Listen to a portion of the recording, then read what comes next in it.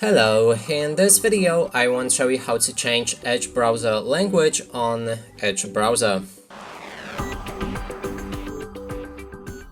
To do this, first we'll need to click on the three dots in the top right corner of the screen, navigate to the settings, then scroll down and look for the languages.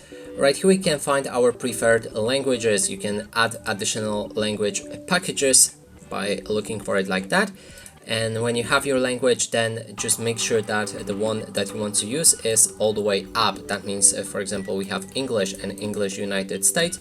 The latter one is on the top and the first one is right here. Now we can move it to the top, and now it should be set to just a normal English. And that's it for this video. Hope you like it. Please consider subscribing to our channel, leave a like and a comment below.